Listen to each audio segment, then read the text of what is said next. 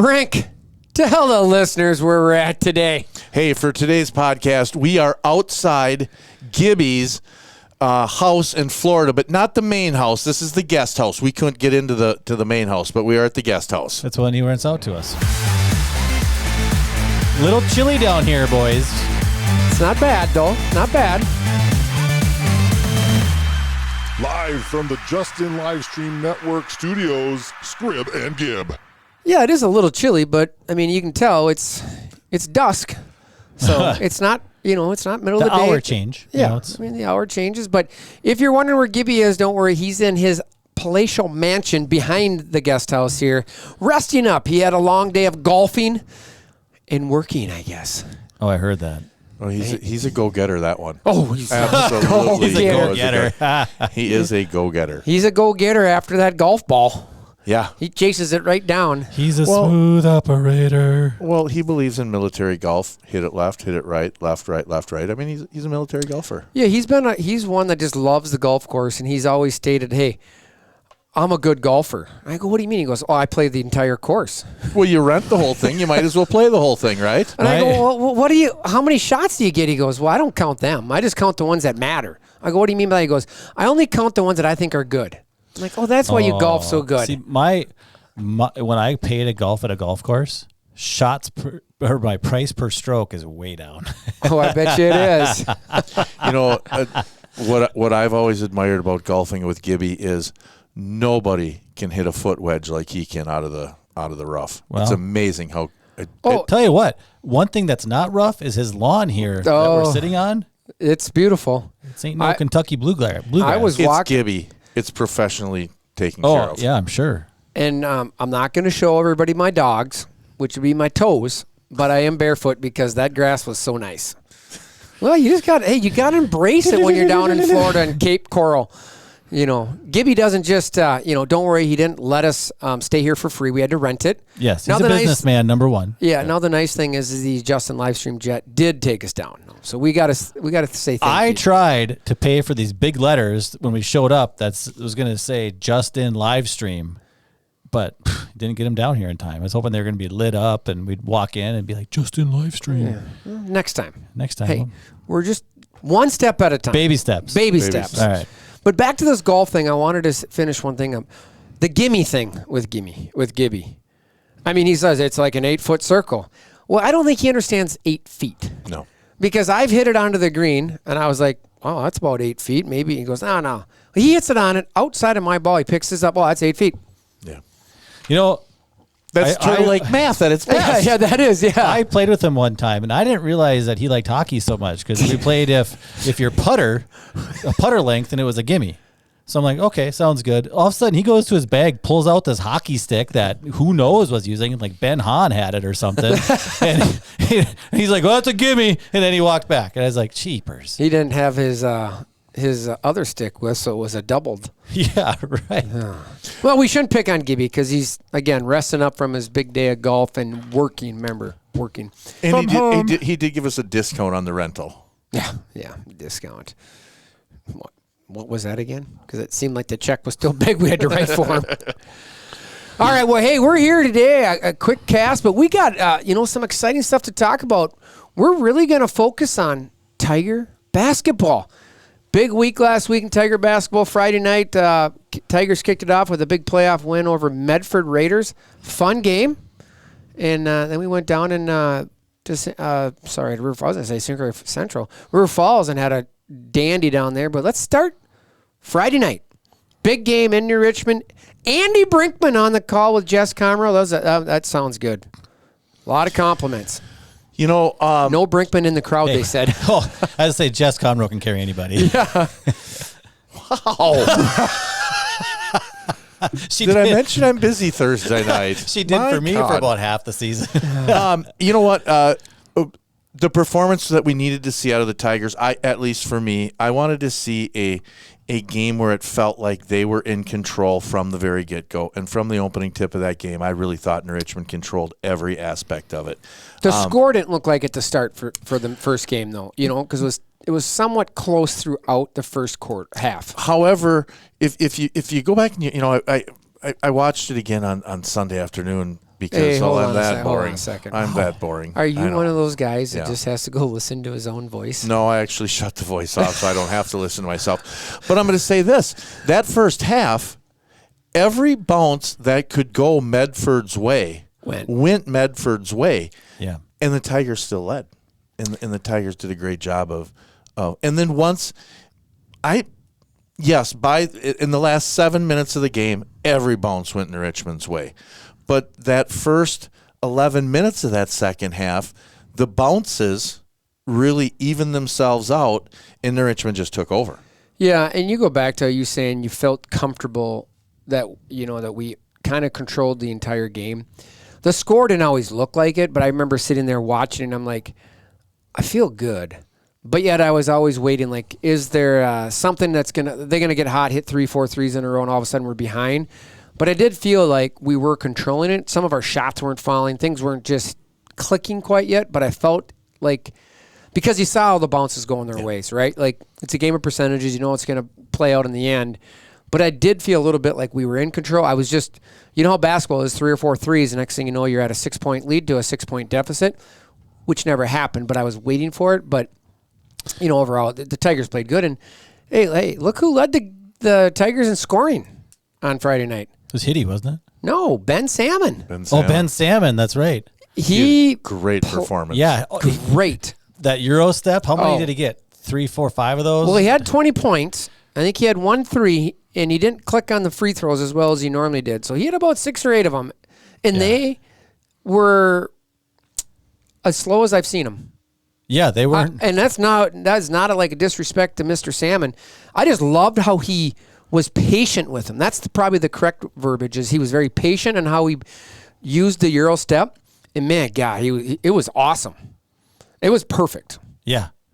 I loved it. It was one of those, it felt like I was at a front row seat watching Jokic for the Nuggets play, because it was just perfect. And he was just sweeping through the lane, nice and just patient. And Patience putting a it good up. way. He found like that half step that he had somebody beat by and just went for it. Yep, I loved it. And he played under control the whole Yeah. time. Yeah. I mean, it's like everybody in the gym knew it was coming when it was going to happen, and he just, every time, it was just perfection. It was really a great performance. So by we him. put that camera on the floor. So I was on the floor watching the game. It was a really neat, when the Tigers were on the far side, right? So we were learning how we like to do it, and when the Tigers were on the far side with the camera, it was fun to watch because you could just see that little sliver. He probably had about that much room, and he went for it on the left side of the lane, and then when you said it was slow, but it was controlled is probably a better one, and just from the far side looking the long way, you're like, that was really cool. Oh, yeah. He saw that opening and just went for it. Yeah, and after the third one, I just remember sitting there going, oh, the next one you could tell was going to happen. Yeah, I felt like you could see it happening. And it was fun to watch because, like you said, I don't mean it's slow, but it's more that patient. It was just perfectly timed. But because it wasn't sped up, it looked like art. It was beautiful. I mean, truly, it looked like Jokic out there because that's how they do it. It's just everything is just methodical and perfect. And he played great. It was so fun to watch. Such a good kid, too. And family, right? I mean, the Salmons have been around here forever. And That's your last one, right? That's it? Yeah, that's it. I remember watching Ben when he was a little guy. And Cooper graduated with Nick? oldest. Played football. Tim, yeah. Is this a long story? Just kidding. I'm just kidding. But it was fun. It was really fun to watch. And that's the one thing about this team that we've seen throughout the year. Yes, Nick Stelright's had a great season, and we've seen him have big nights, 37, 30, 27, 35. But he did not have the best night. He still played great, but he didn't have the big numbers scoring. But that's the thing about this team. Beginning of the season, a couple times you had Braxton Landa just draining threes. You've had McCoy Munson draining threes throughout the year. Of late, Preston Hitty's been stepping up. Some great play. I love his length. he's using it under the board. Yeah, yes, it's been fun. And then you got the Dane Lease, Brecken Pulsel defensive side of those two. They're so fun to watch.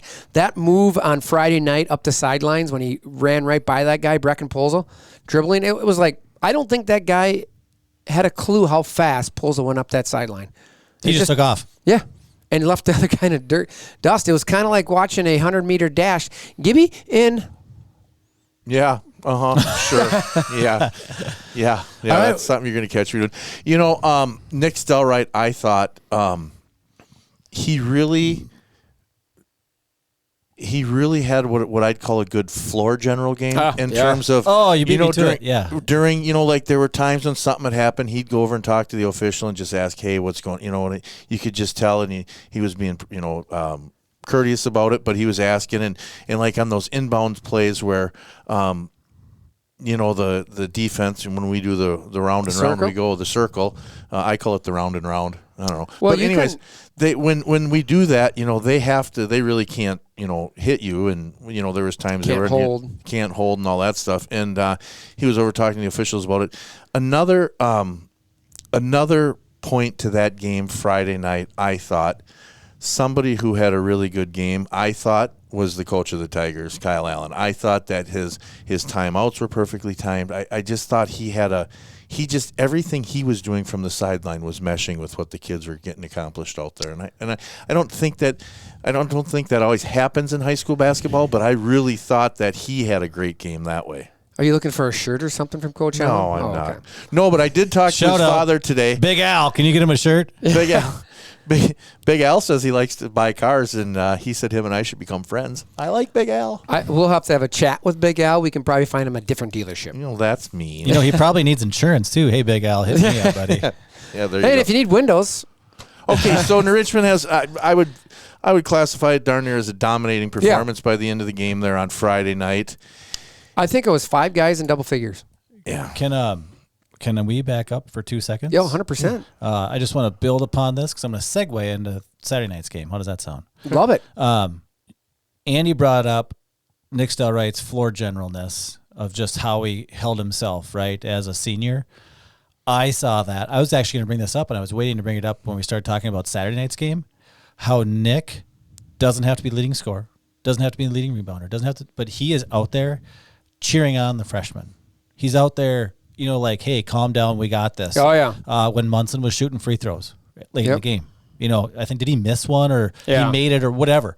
Nick was the first one there. Yep. Or, like, on the floor, I saw, he went up to him and not mad at these kids, but telling them, like, hey, we got to do this. This is what we, this is what we practiced or whatever what he was telling them. In the Medford game? Yeah. And I was like, he's not. That's younger senior kids. Leadership. This is senior leadership. You will remember this. You freshmen and you sophomores, you will remember this the rest of your life, and you will also bring this with you for the next 3-4 years. I remember that exact point where you're talking about. I saw that. It was in the second half. We made a mistake, and it was just mental. Yep. And I remember going, like, I've known Nick for a lot of years, and I just go back to that because that is an awesome point, because that's the senior leadership you need to take the team to the next level. That's the gel. That's holding us together. And I think what you saw is him telling them, Coach Allen talked to McCoy, and then the nice thing about it is when the huddle left, I remember watching the huddle, the team, and Nick was right there with McCoy again. Yeah. And that's senior leadership. But it's also the leadership of the young people learning from us, from the older. I would bet, we're a long ways from McCoy being a senior, obviously.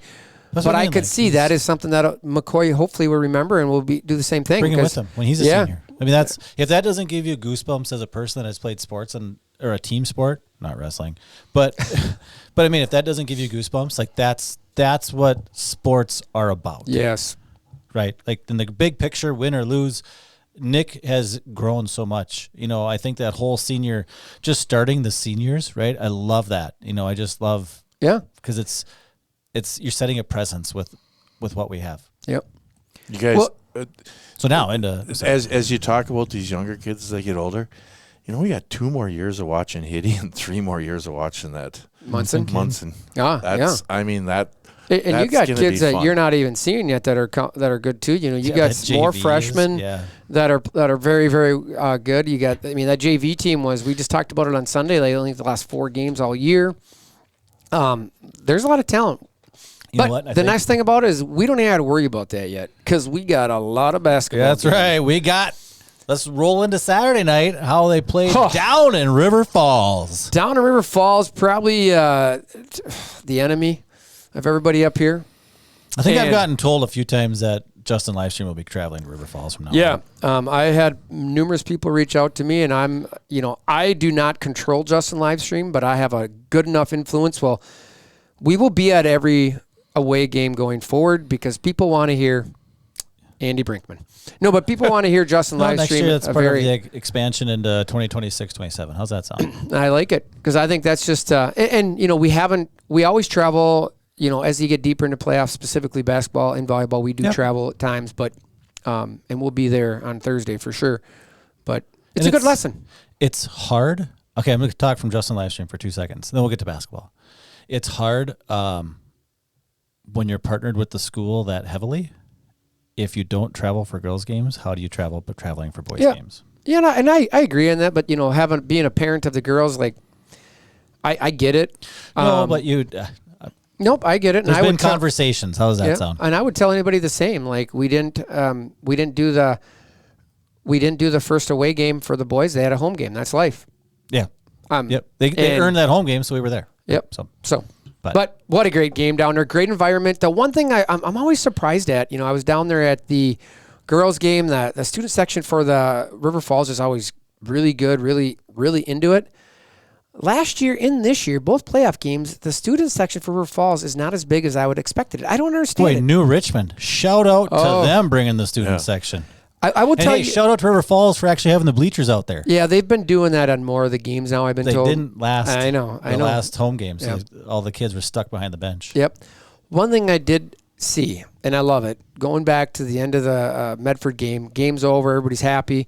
Coach Allen's first victory, playoff victory. He went out, pulled the students to the middle of the court, and gave them a cool pep talk, thanked them, and said, hope to see you down at River Falls. And boy, did they show up. That's awesome. And they showed Coach Allen. Even my daughter went to her first away basketball game. Good. But let's get in that game. That was a great game. It was enough of us. It was a great environment, great game. And what I think was exciting about it is it was back and forth. And it was what we expected. You had some fireworks early on with Gretz getting teed up after he nailed a 3 on Lease and kind of did a little clap right in his face, and they teed him up, which is, I see both sides of it. I definitely see the technical, but I also see Gretz. I mean, he gets hounded by Brecken Posel and Dane Lease a lot. Them guys do a great job. They're fun to watch on defense, and if you're a basketball player, just watch them. But you don't have to score points to be one of the main players of the team. But what was fun to watch is you talked about it, Nick not having, not scoring all the points on Friday night, but boy, did he come to play. And Carter Comroe stepped up to start off the first half with 3 out of 3 for threes. Yeah. He was huge to keep the Tigers in it. And it was just a great game. And I talked to Coach Allen a little bit on Sunday, so I had to give him I asked him, like, at the end of the game, why didn't you hit the corner 3, try to go out of his circle thing? I said, because I was watching, I'm like, the way River Falls was defending it, I'm like, you got a wide open 3 here. And I go, Coach, that is like the dumbest play, isn't it? He goes, yeah, it is, but it works. He goes, we didn't even run it right half the time. I know, but he's talked to me before about it, how hard it is to defend. Because think about what he was doing at the end of the game, running those guys in a circle, ball taken out of the half court. You had that corner closest to him with 0.7 seconds, which is enough time to catch and shoot. But how do you defend that? If you put a defender out there, as you're doing the circle, now you have 3 people defending here against 4 because they had 1 on the ball. It's very unique because he did say, like, we went for the tip because had a chance at a foul. Oh, yeah. Which is correct. So it's kind of it's tough to defend. But what a great game. I mean, the comeback by River Falls to take it into overtime, the clutch free throw shooting. I mean, we shot a lot of free throws in the first half. Like, I was trying to think to myself, if you're River Falls, number 2 for New Richmond, I would not foul. I would do anything I could not to foul McCoy Munson. He's a good free throw shooter. Yeah. And my thought from Friday night's game was, and all season long, right, is, boy, he's going to be really good when he's got 5-10 more pounds. Yeah. It's like watching Scribner his senior year right now for him. Sheepers. That's kind of low, wasn't it? Wait a minute, is there video of that? I don't know. I talked to his dad. He said he was pretty tiny. Well, and I, all of a sudden at the start of overtime, we built up kind of a bigger lead. Yeah. And then all of a sudden they come down and, Gavin Careful does what he does, and he nails a big three, and I go, okay, here we go. I was saying the same thing. But the Tigers persevered through it. I mean, just a great game. It is kind of fun watching Nick Stelright play against his cousin, because it's like during free throw attempts, they're down there talking, and they're just talking like, buddies. Cousins, like it's Christmas. Yeah, well, like they're cousins, yeah. Yeah. Should we go up and get more meatloaf? You know what I mean? They probably said that. Have they put out the pies yet? You know what I mean? So, I mean, that was really fun. Hats off to River Falls. I think they're a great team, and they're going to be a good team going forward, obviously. So we're going to see more of them in the years to come, I think, which should be a pretty good Richmond team. But, boy, I'll tell you what, that Richmond team, I think they grew a lot in that second half last week. In overtime. Overtime, yeah. I think what's fun. So here's an interesting thing that I didn't know about. What the Tigers team last year won regionals for the first time. I can't remember how many years, and made it and lost on Thursday night in sectional semifinals. What was their record last year? It was on Eau Claire, right? Wausau West. Yep. What was Richmond's team last year? 18-8. I remember. 12-12. Really? I didn't know. I saw Aiden, asked him. That's what he said. So if I'm wrong, I mean, I can look it up. So they were a second half team for sure then. But it was just the idea they got hot at the right time in the playoffs. But that's the thing, and we all wondered what was going to happen this year with Coach Allen. Like, how does this team? I mean, he lost a lot of talent last year, but it's what Coach Allen brings, and the kids stepping up and everybody playing. And this is a team that won 2 games in a row now in the playoffs. Good teams going in against a team that they've lost to twice. Yep. Yeah. Well, I love it. Menomonie, it's hard to be it's hard. Okay, so let's go into Thursday night's game. Yeah, play Menomonie. Menomonie is a very controlled team in the world of basketball. When you have teams that are very close in athleticism and record and everything else, it is hard to beat a team 3 times. Yeah, I do got to. So last year's team was 15-13, but still. Yeah, because they won 2. They won 2. So they probably were 12 and. No, they won 3 in playoffs, and lost 1 because they played. So they 2. were 12-12 going into it. Yep. So I wanted to make sure I was somewhat close. But anyway, it's hard to beat a team 3 times in basketball when you're very close. If I was going to say, if you want me to be not Homer for a second, Menomonie knows how to control a game. That 1-3-1 zone defense they ran against us seems to give us problems both games that I saw them. So I haven't been able to watch. Well, I watched a little bit of the Menomonie boys home game when I was down watching the girls down there because they played opposite both times. So I haven't seen them in person, so I'm looking forward to that. But I do, everything I've heard is we struggle against them. I know we got in foul trouble early, and we can't have that. They have a taller gentleman. He's going to be, he's good. Number 21, right? I believe. Max Branch? I don't know. I don't think that's it. You guys keep talking. I'll look up stats. No. Well, and one thing that Menomonie has now is they have a very established coach in Greg Van Grunsven. He's coached. I first met him when Alec, my son, was a junior and senior in Richmond. He was the head coach at Eau Claire Memorial, and he's been the head coach at Regis, the University of Wisconsin at Regis, as I like to call him. Yeah. But he's been the head coach there. He's been the head coach. He came to Menomonie after being at Bloomer for 7 years, and he won over 100 games at Bloomer. So he's a smart coach. I mean, he's definitely a smart coach. And I think, too, if you look back on it, I think if Richmond has 5 games where they only scored in the 60s this year, I think that's what I saw earlier. 2 of those are against Menomonie. So yes, Trevor Roberts is their main. That's the 6'8" guy, and he's good.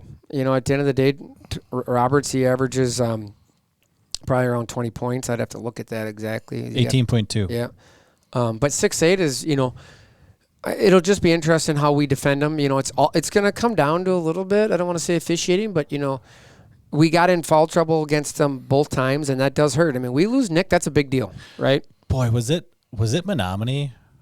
They were a shooting bonus. I could be wrong. Where both our bigs got in foul trouble, and Gretzlock had to come in and just had like a stellar last 5 minutes or 4 minutes of the second half or first half. I think that was the home. That was the home game. Yeah, I called it. I'm just like, Gretzlock. He was just like, he had nothing to lose. He's getting there fired up. He can go get fouls. He can do whatever, and he was just playing hard. So it's fun to see that. Yeah, I just think we got to be able to get through the zone defense play. And the one thing, too, is I think we just got to hit shots. We have not shot the 3-ball well as a team. Obviously, on Friday night, didn't really hit many at all, to be honest. It just gets to be, when you get one person or the other person, and everybody's picking each other up. Yeah. But what if we all start hitting? Well, that's the thing. And, on Saturday, we didn't shoot. McCoy didn't make any that I remember. Preston didn't make any until overtime. Oh, wow. And then Landa, I don't think, made any either. So that's your 3 main shooters, not draining threes. That's the people we need. And luckily, Stelrite and Comro hit against River Falls. So, which they'll pop 1 or 2 every now and then. But if you can get McCoy and Braxton and hitting, I like that. And then Dane can usually hit a couple too, but we need those guys to shoot. And if we can get them guys to shoot well, we're gonna be fine. Again, it's tough to beat a team 3 times. Yeah, I know. That's what they always say. But you look at the NFL, and it always seems that's the way it goes. So I don't know. But as you talk about those outside guys, when they are on, it makes it very easy when the Tigers have to send Salmon or Stelrite to the bench, because then they bring in Schwartz, and he can really do his things when things aren't compacted around him. So there's another kid. That's a sophomore. Schwartz is a sophomore. Let him kind of grow into himself one more year. Holy cow. The future's bright. Not as bright as that light right in front of us, but well, it makes you look good though. Well, it's dawn at the old guest house. We had to put the lights on. Yeah, that's true. Yeah. It's dusk. Dusk. Oh, look at it. It's getting dark. No, dusk to dawn, isn't it? Dawn to dusk. Dusk to dawn. Hey, a couple of shout-outs, though. We got to give a couple credit. So, again, down at Hudson, Thursday night stop down. It's going to be a heck of a game. Let's get everybody down there and cheer on the Tigers. Hey, we got the sectional semifinals last year. Let's get 2 games further. That means we get down to state, baby. So, hey, let's get down to Hudson. 7 o'clock start. Cheer on the Tigers against the Menomonie Mustangs. We also got to give a couple shout-outs, to the girls' teams. So, the Lady Tigers lost to the Rice Lake Warriors, who are the number 1 seed in Division II for state. So I'm kind of excited. Watch Adeline Shepley down there. And then, you got Ryan Schradel, Coach Schradel's daughter Eva is playing on that team too. But they got a good team. They're going to be a tough out, I think, down at state. Shepley's playing great, and it's going to be fun to watch. So give them a shout-out. But then local teams around here too. You got St. Croix Central still playing. Obviously, Menomonie for boys. You got Turtle Lake playing, my hometown. They're still playing. They were down at state last year. Altoona lost, which that's a shocker. Everybody was kind of hoping for a GET Altoona rematch. But otherwise, for Big Rivers, I think everybody else lost, right? Yes. So it's just Richmond and Menomonie. So one more Big Rivers team will definitely move on. And I think it's going to be the orange and black, baby. I think St. Croix falls in Osceola Thursday night. I think that's going to be a hell of a matchup too. So, lots local teams still in it, which is fun. Central. Central. Yeah. And then guess what, buddy? A week from tomorrow, I guess, I head to Madison for the Boys State basketball tournament. That is, I started in 2006. Royce Keir, who was Alex's traveling basketball coach, his son Ryan is Alex's age. That's when we first went, other than the 2 years where they, because of COVID, and I had 1 year where I was out of the country, and he came back. Yeah, I came back. They let him back in. I wasn't lost. But anyway, so since 2006, I've missed 3 of the state boys basketball tournaments, and that's our annual Guy Weekend. And in fact, a couple of years ago, I asked Alec, I said, hey, would you rather go to the Big Ten tournament down in Chicago? And he goes, no. He goes, we go to state every year. No, what's dumb question? Where is it held at? The Cole Center, Madison. So it's always full, basically sold out. I mean, to an extent. Yeah. It's a good Not spot. Minnesota State hockey. No, that was crazy. That is crazy. Did you see the stat that they had more people than every NHL game that night? Every NHL game. Yeah, it's nuts. And it's, you guys, it is just totally, sometimes you think it's the legend, the lore, but every year something crazy goes on. Both championship games. Overtime, yeah. Overtime. And then on top of it, Minnetonka being up 3-0. Because I follow a lot of people up north still from where we moved from. Everybody's like Section 8 taking care of business, because that was both teams won it this year. Oh, really? Yeah. I did not know. I did not know. War Road and Moorhead. Yeah, that's right. Moorhead back to back. So that's kind of cool. All right. Well, I think that's a wrap today. Hey, I do have to mention one thing that I'm going to mention every week until it happens. On Saturday, April 18th, I got to double check that. Now I'm going to feel stupid if I'm wrong. But at Ready Randy's, there will be a benefit for Richmond JV hockey coach Joe Bentley. I've known Joe now for 7-8 years. What a great guy. Had a little cancer that came back, and so the Hockey Association and the Jeff Geving's family, the JRG Helping Hands, they're going to be involved with that event. So it's going to be a great one. I would invite everyone to come out to that. Joe Bentley is one of the nicest guys you will ever meet. Yep. And, I tell people all the time, that JV hockey, they practice at like 5 something in the morning before school every day. So yeah, that's that. There's no showers. There's no showers at the old rink. Right. And so, it takes dedication for a sophomore in high school to get up that early. But what if you're an adult and you got to go to work all day after that? Wowzers. So anyways, Joe Bentley, we're thinking of you, and we're going to try to absolutely pack Ready Randy's for your benefit coming up here. So that's all I got. Don't we got one more? Isn't Mr. Allen's dad going to come on? So we're going to keep harassing him until he gets on this thing. I know he's a big Al. He's a big listener. So come on. Let's talk a little basketball. And I'd love to hear the stories right from your voice about little Coach Kyle Allen. Just think about it. Can you imagine that one time Kyle Allen was like this tall? I mean, it's crazy. I'll shut up now. Okay. All right. Hey, Thursday night down in Hudson, you're in the Richmond Tigers taking on the Menomonie Mustangs for a chance to go to the sectional finals. I'm Scrib. I'm Brink. And we got Moose sitting in the lawn. Loose as normal. You got your shoes off. If I'm sitting in the lawn. Is that what smells?